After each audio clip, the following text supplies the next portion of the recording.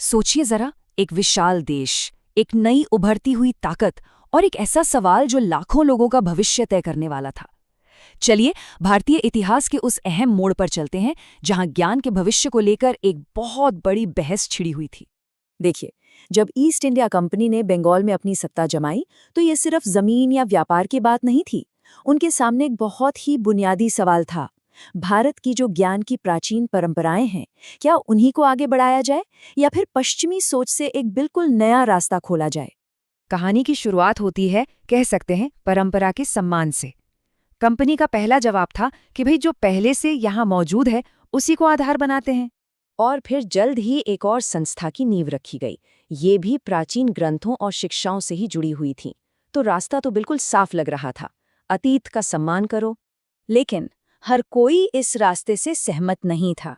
भारत के अंदर से ही एक ऐसी आवाज उठी जो एक बहुत बड़े बदलाव की मांग कर रही थी। एक ऐसी आवाज जो सब कुछ हमेशा के लिए बदलने वाली थी। अच्छा, इस पूरे बदलाव को समझने के लिए हमें कहानी की शुरुआत में लौटना होगा। उस वक्त जब कंपनी ने भारतीय शिक्षा की दुनिया में अपने पहले, कह सकते हैं, कुछ झिझकते हुए कदम रखे थे। तो देखिए, 1765 तक ईस्ट इंडिया कंपनी बंगाल में एक रूलिंग पावर बन चुकी थी और उन्हें जल्दी ये एहसास हो गया कि सिर्फ फौज के दम पर शासन नहीं किया जा सकता। कंपनी के अंदर जो समझदार भारतीय अधिकारी थे, उन्होंने लंदन में बैठे डायरेक्टर्स पर जोर डाला कि भाई शिक्षा में इन्वेस्ट करना पड़ेगा। इस विशाल देश को समझना और चलाना है तो ये तो करना ही होगा। इस मांग का जो पहला ठोस नतीजा निकला वो आया 1781 में। गवर्नर जनरल वॉरेन हेस्टिंग्स ने कलकत्ता मदरसे की स्थापना की। और ये कोई दान पुण्य का काम नहीं था, इसके पीछे एक सीधी सादी प्रशासनिक जरूरत थी। फारसी उस समय अदालतों की भाषा थी और अरबी इस्लामी कानून की। तो कंपनी को ऐसे एक्सपर्ट्स चाहिए थे जो असरदार तरीके से शासन चलाने में मदद कर सके। तो ये जो शुरुआती दौर था, इसे एक खास सोच ने शक्ल दी, जिसे हम प्राच्यवाद या ओरिएंटलिज्म के नाम से जानते हैं। इसका मकसद भारत को बदलना नहीं था, बल्कि उसे उसकी अपनी पारंपरिक ज्ञान प्रणालियों को बढ़ावा देकर समझना और सम्मान देना था। इसी प्राच्यवादी सोच के तहत कई इदारे बने। 1791 में बनारस में संस्कृत कॉलेज खुला, जो हिंदू कानून और साहित्य का बड़ा केंद्र बना। फिर 1800 में लॉर्ड वेलेस्ली ने फोर्ट विलियम कॉलेज की स्थापना की। इसका मकसद था ब्रिटिश अधिकारियों को भारतीय भाषाएं और रीति रिवाज सिखाना। लेकिन मजे की बात यह है कि सिर्फ 2 साल बाद ही लंदन में बैठे डायरेक्टर्स ने इसे बंद करने का आदेश दे दिया। ये एक तरह से कंपनी के अंदर ही चल रहे मतभेदों का पहला संकेत था। तो जहां एक तरफ प्राच्यवादी अतीत को सहेजने में लगे थे, वहीं एक नया आंदोलन भी जन्म ले रहा था। ये आंदोलन पीछे नहीं बल्कि आगे देख रहा था। एक मजबूत आधुनिक आवाज उठ रही थी जो इस पूरी व्यवस्था को चुनौती देने वाली थी। इस आंदोलन के सबसे बड़े चेहरे थे राजा राममोहन रॉय। वो और उनके जैसे दूसरे प्रगतिशील भारतीय ये मानते थे कि अंग्रेजी भाषा और पश्चिमी विज्ञान भारत के लिए कोई खतरा नहीं है, बल्कि ये भारत के आधुनिकीकरण और पुरानी सामाजिक कुरीतियों से आज़ादी की चाबी हैं। वो सिर्फ शिक्षा नहीं चाहते थे, वो एक बुनियादी सामाजिक बदलाव चाहते थे। और यहीं पर हमें उस महान वैचारिक टकराव की असली तस्वीर दिखती है। एक तरफ थे प्राच्यवादी, जो भारत का भविष्य उसकी प्राचीन भाषाओं और परंपराओं में देखते थे। दूसरी तरफ थे राजा राममोहन रॉय जैसे आधुनिकतावादी, जिनकी दलील थी कि भाई नई दुनिया के साथ चलना है तो भारत को अंग्रेजी और आधुनिक विज्ञान को अपनाना ही होगा। ये सिर्फ सिलेबस की लड़ाई नहीं थी, ये आधुनिक भारत की आत्मा के लिए एक लड़ाई थी। तो विचारों के इस महासंग्राम का अंत कैसे हुआ?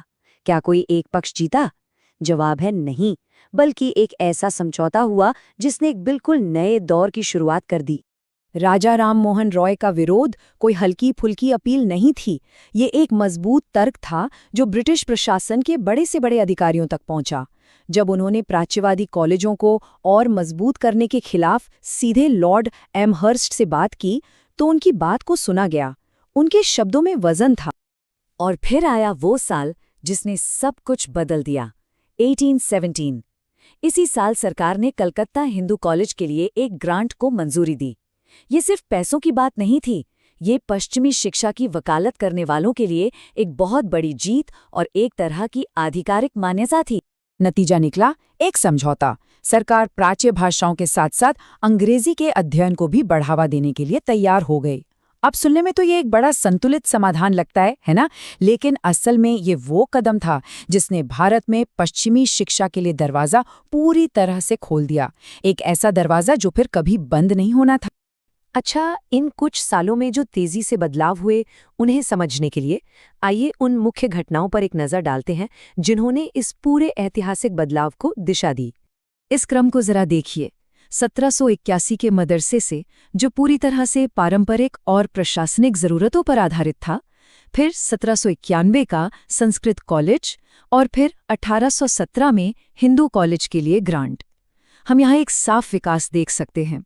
परंपरा को बचाने से लेकर आधुनिक विचारों को अपनाने की तरफ एक धीमा लेकिन लगातार बढ़ता हुआ कदम।